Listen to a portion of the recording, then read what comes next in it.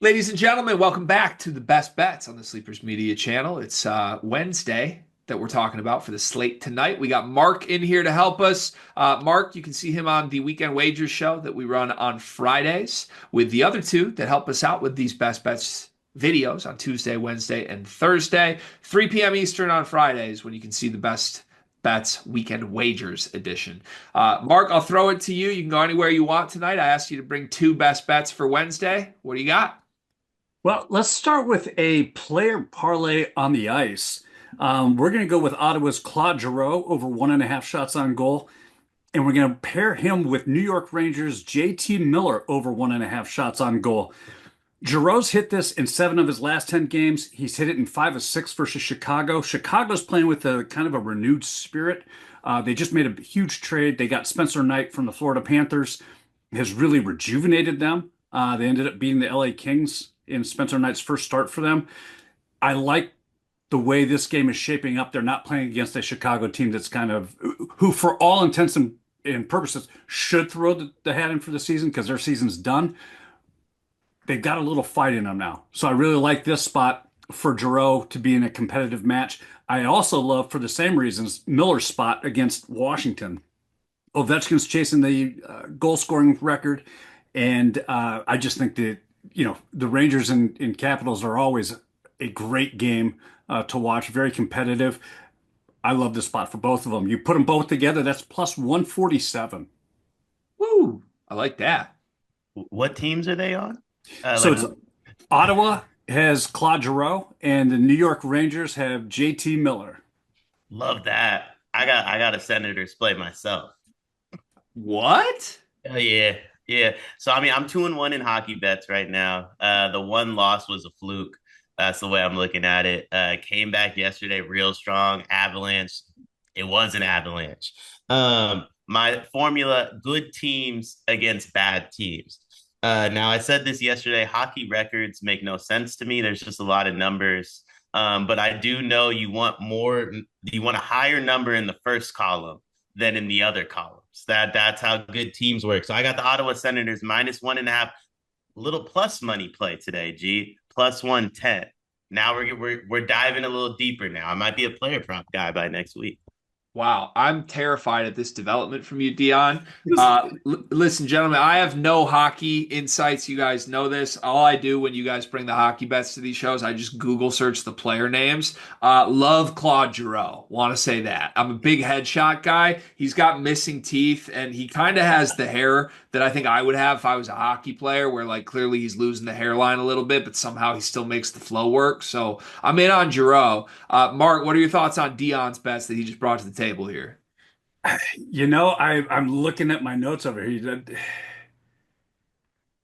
That minus 1.5 on the puck line. That only, and here's my only hesitation with it. Normally, I would say all day, every day, I'm all in. The only hesitation with it is we don't know who the Blackhawks goalie had. They haven't confirmed who's starting yet. If Peter Mesrick gets pulled to have Spencer Knight playing another home game in Chicago, he's got a ton of momentum. Um, I would almost flip it to what we did against the LA Kings and take Chicago on the puck line at plus 1.5. They beat the Kings outright, so they won outright, but I took them on the puck line just for that little insurance there. So that would be my only hesitation. Otherwise, I love this, the Senators should dispatch of the Blackhawks every day, all day. It's that Spencer Knight factor that is my only pause. So I got a hockey question because you and Robbie both mentioned goalies that are like if the good goalie plays, why Right. wouldn't he just play? So for a couple reasons, it's think of it, it's akin to baseball's starting pitcher. Mhm. If you've got a workhorse, you've got to give them some rest. There's only 82 games in the hockey season. It's stretched out from October to April. Uh, and for whatever reason, goalies, while they play 60 minutes of ice time, the concentration and the focus apparently wears them down. And so they alternate and will give a goalie a day off or rest. The other factor comes into who's playing back-to-back games. So most goalies will not play back-to-back games. And so you've got to figure out who the goalie is who's going to open up that back-to-back versus who's going to be on the back end. That was bait. I thought hockey was the tough guy sport. Okay. All right. All right. No, see, this is why it still is the tough guy sport. And again, I'm not a hockey guy, but this was telling from Mark's answer here. He dropped, they only play 82 games. That's fair. NBA fans are whining that 82 games is way too many. We need less basketball. Hockey's out here like, yeah, I wish we had 160 games. It'd be awesome. Absolutely. Yeah, and I truly believe you. I think that they can squeeze in another 5 or 10 games during the season, and especially with the way the scheduling's been this year. But yeah, there's no load management in the NHL. Well, I mean, I don't know what you just described, but it certainly sounded like load management to me. The Blackhawks goalie, I got a new name for him, Mark. Kawhi Leonard. Kawhi Leonard. All right. This is becoming character assassination on the sport of hockey right now. All right. I'm going to go back to my comfort zone once again. I will let the history books note that yesterday I went 2-0 and gave you 2 absolute dog winners. Yesterday I gave you BYU +9, told you sprinkle the money line. What do you know? 2 overtimes later, that's a +400 winner on the road at Iowa State. And then I gave you Texas A&M money line against Auburn. They jumped out to a 10-0 lead and never looked back. I'm after it again today, gentlemen. I'm about to present 2 plus money underdog money line plays in college hoops, starting with the team that's going to beat my team tonight. I have Maryland +114 on the road in Ann Arbor against the Michigan Wolverines. A couple things you need to know about Michigan. They are the luckiest team in the country. They've won 11 games by 4 points or less this season. They have been playing since the middle of January like the 11th best team in the Big Ten. They just so happen to be alone in second place because they've won a bunch of coin flip games late. Maryland's been decisively better than this team. Maryland would not be 2.5-point underdogs on the road at Northwestern, at Rutgers, at Indiana. All 3 of those teams have been playing better than Michigan for the last month and a half. I just think their 2 bigs can hang with Michigan down low. They've got better shooters on the wings. They've got a better point guard. Michigan is zapped of confidence right now. I was in the building when Michigan played Illinois. That was not just a loss this weekend. It was their soul disappearing from their team. It was the realization that, oh my God, we are not as good as our record, and this could bottom out very, very quickly. I think you see it bottom out tonight. And oh, by the way, home court advantage, there is none. It's spring break for Michigan right now. The students aren't there. They got a decent crowd against Illinois this weekend, but guys, this is not a joke. Apparently, they didn't tell the band members or the cheerleaders or the dance team that they need to not go on spring break trips because the Michigan dance team this weekend had 3 girls dancing on it. The band was at 40% capacity. There were a bunch of empty seats in the band section as Michigan's trying to beat Illinois. There's no home court advantage for a program that takes itself this little seriously. They don't care. Give me Maryland. They're a better basketball team. And Dion, you're cracking up, so I'd like to throw it to you for your thoughts before I give my second pick. I'm terrified of what you just did, by the way. That was special. That was special. Because I was on Maryland. And then that was special. I am genuinely on Maryland. That's not a bit. My second pick today. Oh, what do you got?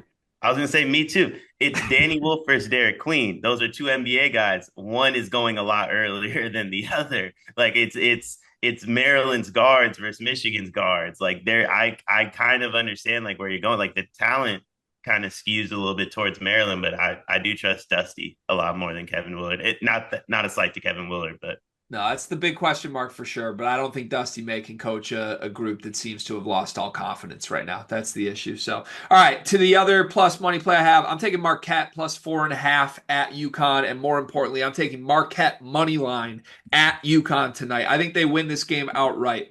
Marquette lost by 8 at home to UConn earlier this year. They were sizable favorites in that game. In that game, what happened? How did UConn win a game by 8? UConn shot 63% from three-point range. Solo Ball made 7 threes. He was gunning from everywhere. It was an absurd shot-making game. Give them credit for doing it. But UConn turned it over 25 times in 40 minutes in that basketball game, it is a lot more likely that they still have turnover issues against the Marquette pressure defense than it is that they shoot 63% from three again. I had Kevin Sweeney, not to name drop, but he was in the building for that game. He came out of that game saying Marquette is easily the better team here. UConn just had a historic shooting night, and they won by single digits still when that happened. This Marquette team is going to be pissed off. Shaka has had success against Dan Hurley teams in the past, even when UConn's had NBA talent everywhere. This is a game that's relatively meaningless for UConn. It's not their senior day. They're playing for seeding. They're not playing for a championship. Marquette still needs a resume boost here. They haven't beaten anybody big in Big East play. I think Marquette goes on the road and gets the win against the UConn Huskies. Mark, any thoughts on any of our plays collectively here? I'm tuning into that Michigan game because I want to hear their jazz band instead of their marching band, so that ought to be nice. No, I love the Maryland play. I think that, especially at this time of year, where you have schools that are out on break and that home court advantage that's so prevalent throughout the regular season is kind of non-existent.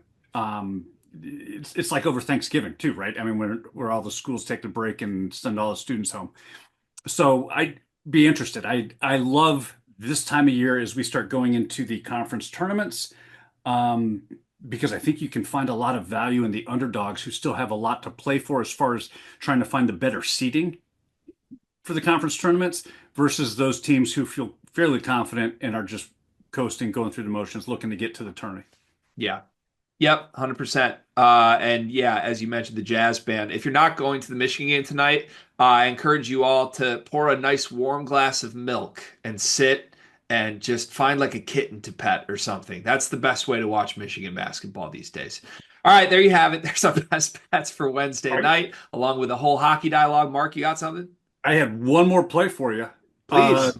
St. Louis Blues and the LA Kings, we're going to take the over 1.5 goals in the first period. These two teams love to score. It happens all the time. In St. Louis's road games, it happens 72% of the time. There's a goal scored in the first 10 minutes of the LA Kings home games in 52% of their games. Both goalies that they have in give up a ton of first period goals. Love this spot. You can get it at -105. Love it. Dion? Yeah, I got one more pick too. You never know. Did I just tune out? I thought you guys both were rapid fire giving the picks earlier. Let's go. Dion was bragging about his hockey skills apparently, and it just lulled everybody into this trance. That's on me. Hand up. I started talking about rest days.